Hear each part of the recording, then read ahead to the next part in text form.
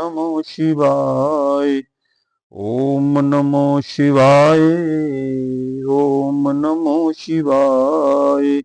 ओम नमो शिवाय। ओम नमो शिवाय। ओम नमो शिवाय। ओम नमो शिवाय। हे भक्तजन, अब मैं आपको शिव पुराण के प्रथम खंड के 13वें अध्याय का वर्णन सुनाता हूँ, जिसमें राजा स्वयंभू एवं शत्रुपा की उत्पत्ति का वर्णन है।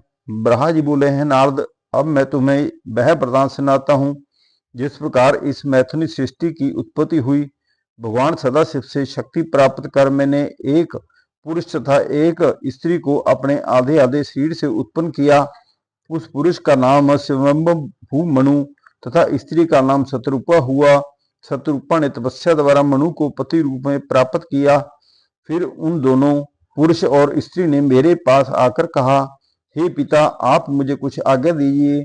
तब मैंने अत्यंत प्रसन्न होकर उन्हें यह आज्ञा दी कि तुम सर्वप्रथम भगवान सदाशिव का पूजन करो, तत्पश्चात उनसे आज्ञा पाकर सृष्टि उत्पन्न करने का कार्य करो। मेरी आज्ञा को स्वीकार कर उन्होंने ऐसी तपस्या की कि भगवान सदाशिव ने प्रसन्न होकर उन्हें अपना दर्शन दिया। वरदान मांगने के लिए कहा।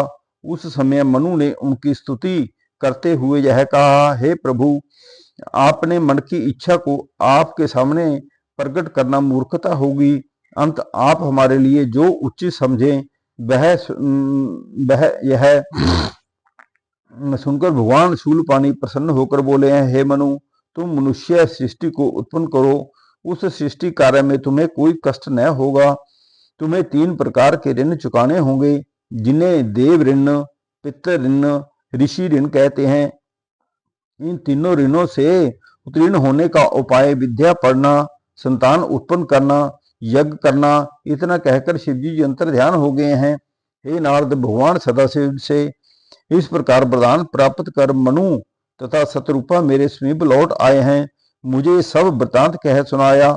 उसे सुनकर मैंने भी उनसे कहा, तुम दोनों संतान की उत्पत्ति करो।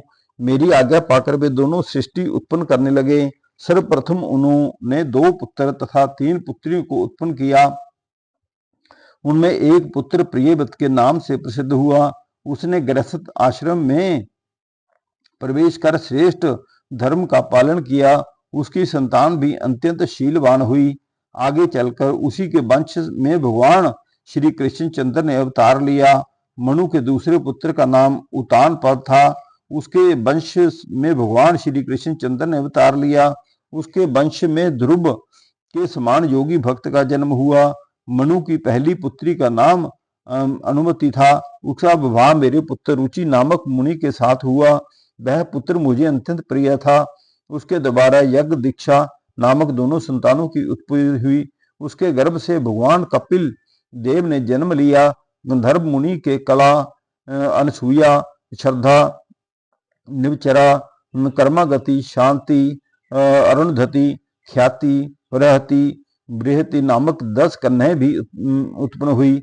इनमें से 9 कन्याएं मरीच, अत्रि, अंगिरस, पुल्य, कृतिंगु, भृंगु, विशिष्ट तथा अथवर्ण नामक 9 ऋषियों को ब्याही गई हैं। मनु की तीसरी पुत्री का नाम प्रस्तुति था। उसका विवाह दक्ष के साथ हुआ। उन दोनों से 60 कन्याएं उत्पन्न हुई। उनमें से दक्ष ने 10 कन्या का विवाह धर्मराज के साथ कर दिया। 27 कन्या का विवाह चंद्रमा के साथ और 13 कन्या कश्यप को दे दी। 4 कन्याएं ताक्षरा को एवं भूत, अंगिरस, कृष्वा को 2-2 कन्याएं ब्याह दी हैं। उन सबसे बहुत अधिक संतानों की उत्पत्ति हुई। उसी के कुल में हमने विष्णु जी ने, शिव जी ने जन्म लिया। इस प्रकार अपनी 60 पुत्रियों का विवाह करने के उपरांत दक्ष ने मेरे पास आकर सब हाल कह सुनाया। यह पूछा कि अब आप मुझे क्या आज्ञा देते हैं।